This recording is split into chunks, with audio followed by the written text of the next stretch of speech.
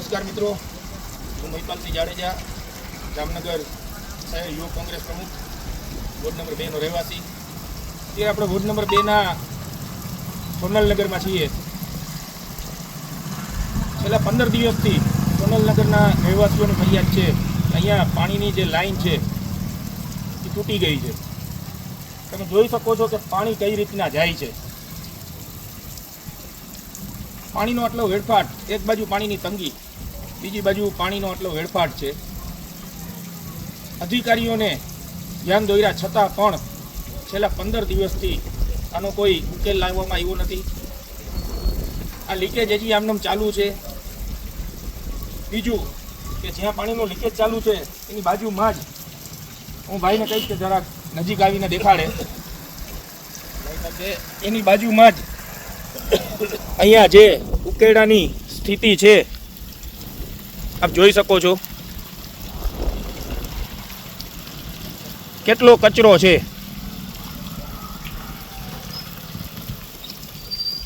આજે પાણીની લાઈન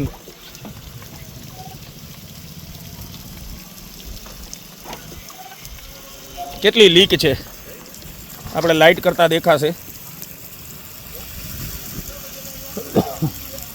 છેલ્લા 15 દિવસથી આના હાલત છે અને અહીંયા ઉકેડાની આ સ્થિતિ છે. અહીંના રહેવાસીઓ કઈ રીતના રહેતા હશે. આજે જ નવા મેયરની વરણી થઈ છે, તો મેયરશ્રીને અને બધા અધિકારીઓશ્રીને વિનંતી છે કે પહેલું કામ અહીંથી ચાલુ કરો, જેથી કરીને અહીંના રહેવાસીઓને પડતી તકલીફમાંથી એવો રાહત મેળવી શકે. અને જો વહેલામાં વહેલી તકે આ ના કરવામાં આવ્યું તો ના છૂટકે અમારે સોનલનગરના રહેવાસીઓને સાથે રાખી અને આંદોલન કરવું જોશે. મારું નામ અની વસંતભાઈ મલેક છે. હું વોર્ડ નંબર 2 નો રહેવાસી છું અને બાજુના સોનલનગરના બાજુના જ વિસ્તારની અંદરમાં ધરાનગર નંબર 2 ની અંદરમાં રહું છું. છેલ્લા 15 દિવસથી આ લાઈન તૂટેલી છે. આ લોકોએ વારંવાર રજૂઆત કરવા છતાંય કોઈ આવતું નથી ને અધિકારીઓને ફોન કરીએ છીએ તો અધિકારી અત્યારે ફોન ઉપાડતા નથી.